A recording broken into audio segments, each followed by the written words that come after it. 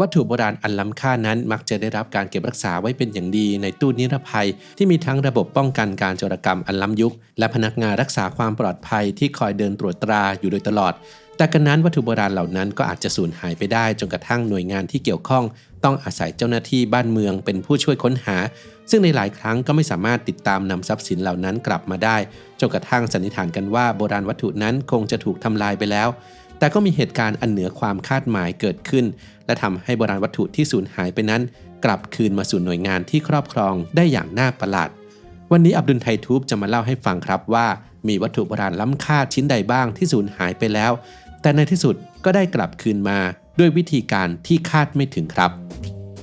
การบริโภคอาหารทะเลอาจมีความเสี่ยงจากการปนเปื้อนของโลหะหนักเช่นปรอดสารหนูแคดเมียมและตะกั่วซึ่งส่งผลเสียต่อสมองได้เพื่อเป็นทางเลือกที่ปลอดภัย Quality Omega 3 Norway Daily คือผลิตภัณฑ์ที่ผ่านการคัดสรรและตรวจสอบความบริสุทธิ์ทำให้คุณได้รับโอเมก้า 3 เพื่อการดูแลสมองอย่างมั่นใจและปราศจากสารปนเปื้อนสนใจสั่งซื้อหรือดูข้อมูลเพิ่มเติมที่ quality.asia/abdul-mystery หรือคลิกลิงก์ใต้คลิปได้เลยครับ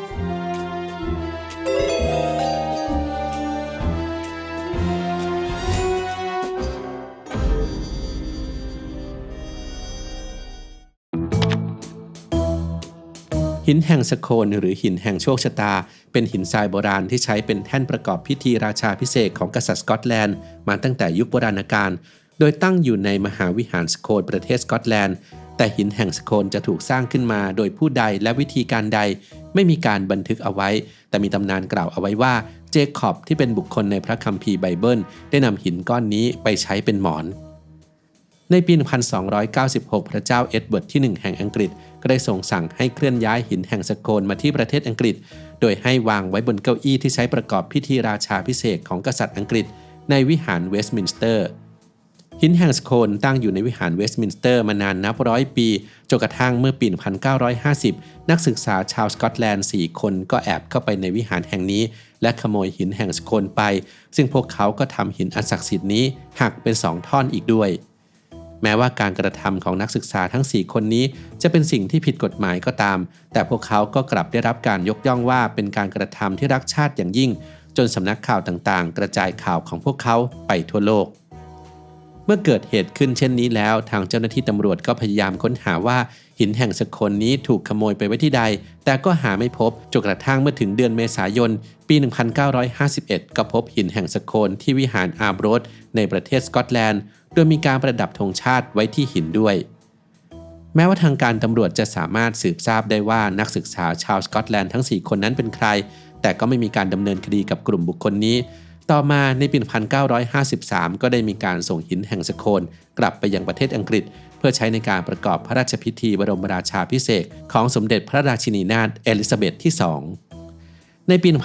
1996 ทางอังกฤษก็ได้ส่งหินแห่งสโคนกลับคืนไปยังประเทศสกอตแลนด์ซึ่งในปัจจุบันนี้ทางการสกอตแลนด์ก็ได้เก็บรักษาหินแห่งประวัติศาสตร์ก้อนนี้ไว้ที่ปราสาทเอดินบะระ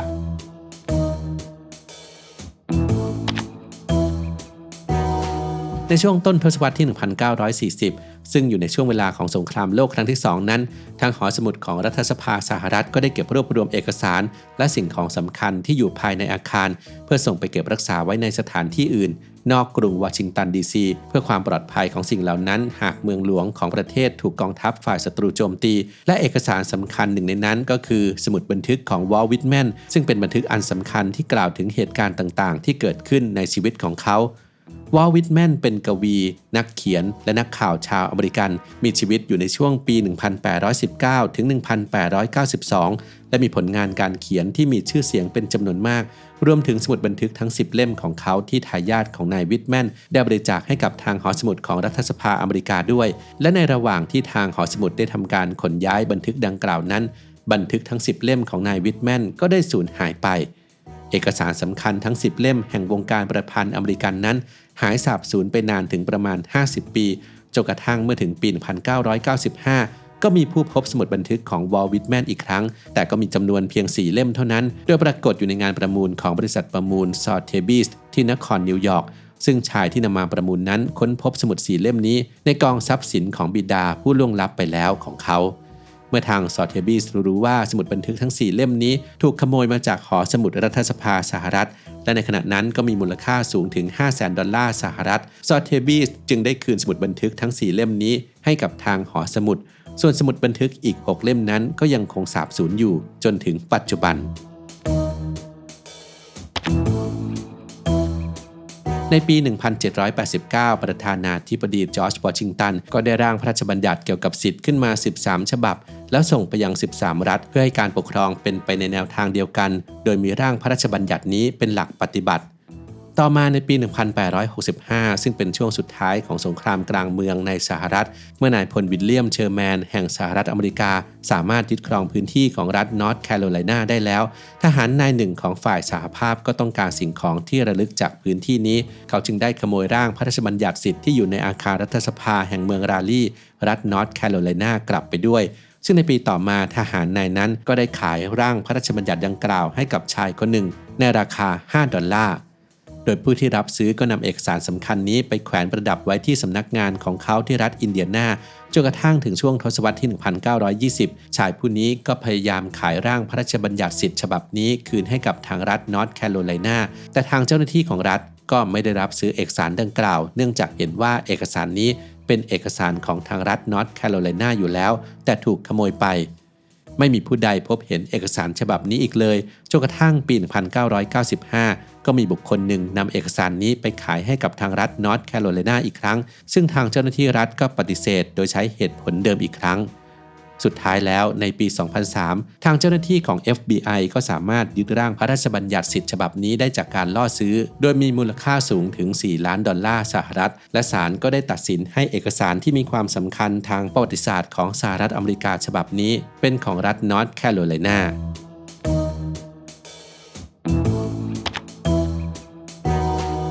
ในปี 1987 ก็ได้เกิดคดีความที่สำคัญขึ้นโดยรัฐบาลของประเทศตุรกีก็ได้ฟ้องร้องพิพิธภัณฑ์เมโทรโพลิแทนในมหานครนิวยอร์กสหรัฐอเมริกาโดยให้ทางพิพิธภัณฑ์ส่งโบราณวัตถุของอาณาจักรลิเดียในเอเชียไมเนอร์ตะวันตกคืนให้กับทางตุรกีเนื่องจากในช่วงทศวรรษที่ 1960 นั้นมีการปล้นโบราณวัตถุอันล้ำค่าเหล่านี้ไปจากเนินฝังศพทางด้านตะวันตกของประเทศตุรกีที่เรียกว่าขุมสมบัติลิเดียนฮอกแต่ได้มีผู้ลักลอบนำออกไปนอกประเทศเพื่อขายต่อให้กับพิพิธภัณฑ์เมโทรโพลิแทนเมื่อมีข้อพิพาทเกิดขึ้นเช่นนี้จึงมีการต่อสู้ทางกฎหมายเกิดขึ้นอย่างยาวนานจนกระทั่งสิ้นสุดลงอย่างเด็ดขาดในปี 1993 โดยที่ทางรัฐบาลตุรกีเป็นฝ่ายชนะแต่เรื่องราวก็ยังไม่จบลงง่ายๆเมื่อทางตุรกีตรวจพบว่าวัตถุโบราณบางชิ้นที่ส่งกลับมาให้นั้นเป็นของปลอมโดยเฉพาะเข็มกลัดทองคำรูปม้าน้ำมีปีกหรือ Globus in the shape of a winged seahorse เมื่อมีการสอบสวนเกิดขึ้นก็พบว่าผู้อำนวยการพิพิธภัณฑ์อูซักของประเทศตุรกีเป็นผู้นำโบราณวัตถุเหล่านั้นไปขายรวมถึงเข็มกลัดทองคำรูปม้าน้ำมีปีกเพื่อนำเงินไปชดใช้หนี้พนันของตนเองเข็มกลัดทองคำอันนี้จึงสูญหายไปอีกครั้งหนึ่งจนกระทั่งเมื่อถึงปี 2012 ก็พบเข็มกลัดโบราณอันนี้ในประเทศเยอรมนีและมีการส่งกลับมายังประเทศตุรกีอีกครั้งหนึ่ง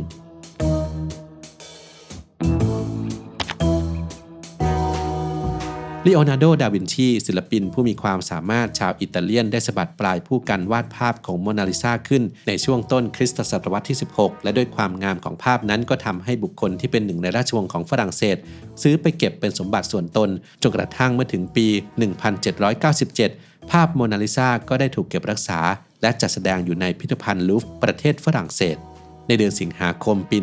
1911 ก็เกิดเหตุสำคัญขึ้นกับภาพโมนาลิซาเนื่องจากมีชายคนหนึ่งซ่อนตัวอยู่ในตู้เสื้อผ้าภายในพิพิธภัณฑ์ลูฟร์และเมื่อพิพิธภัณฑ์ปิดทำการในวันนั้นแล้วเขาก็ออกมาจากที่ซ่อนและขโมยภาพของโมนาลิซาไปได้อย่างง่ายดายแม้ว่าจะมีนักค้างานศิลปะบางคนตกเป็นผู้ต้องสงสัยในคดีครั้งนี้แต่ทางตำรวจก็ไม่สามารถจับผู้กระทำผิดได้และภาพของโมนาลิซาก็ดูเหมือนว่าจะสูญหายไปตลอดกาลจนกระทั่งเมื่อถึงปี 1913 ชายชาวอิตาเลียนที่ชื่อว่าวินเชนโซ เปรูจาก็ได้นำภาพโมนาลิซามาที่เมืองฟลอเรนซ์ประเทศอิตาลีเพื่อให้ทางพิพิธภัณฑ์อุฟฟิซิดูในอิตาลีตรวจสอบว่าเป็นภาพที่แท้จริงนายเปรูจาเปิดเผยกับทางพิพิธภัณฑ์อุฟฟิซิดูว่าเขาเคยเป็นเจ้าหน้าที่ของพิพิธภัณฑ์ลูฟร์และเป็นผู้ขโมยภาพนี้ออกมาจากพิพิธภัณฑ์ลูฟร์เนื่องจากต้องการให้ภาพของศิลปินชาวอิตาเลียนได้กลับมาสู่ดินแดนอันเป็นมาตุภูมิ ซึ่งในความเป็นจริงแล้วนายเปรูจาเข้าใจผิดไปเองว่านโปเลียนโบนาปาร์ตเป็นผู้ขโมยภาพนี้ไปยังฝรั่งเศสเขาจึงต้องการที่จะนำภาพนี้กลับมาสุดท้ายแล้วนายวินเชนโซเปรูจาก็ถูกจับกุมและลงโทษตามกฎหมายส่วนภาพโมนาลิซานั้นก็ถูกส่งกลับไปยังพิพิธภัณฑ์ลูฟร์อีกครั้งในเดือนมกราคมปี 1914 วัตถุโบราณอันล้ำค่านั้นนอกจากจะมีเรื่องราวทางประวัติศาสตร์ซ่อนอยู่ในตัวของมันเองแล้วก็ยังถือว่าเป็นมรดกของชาติที่ควรอนุรักษ์เอาไว้เป็นอย่างดีเพื่อให้ชนรุ่นหลังได้รับรู้ถึงความเป็นมาแห่งชนชาติของตน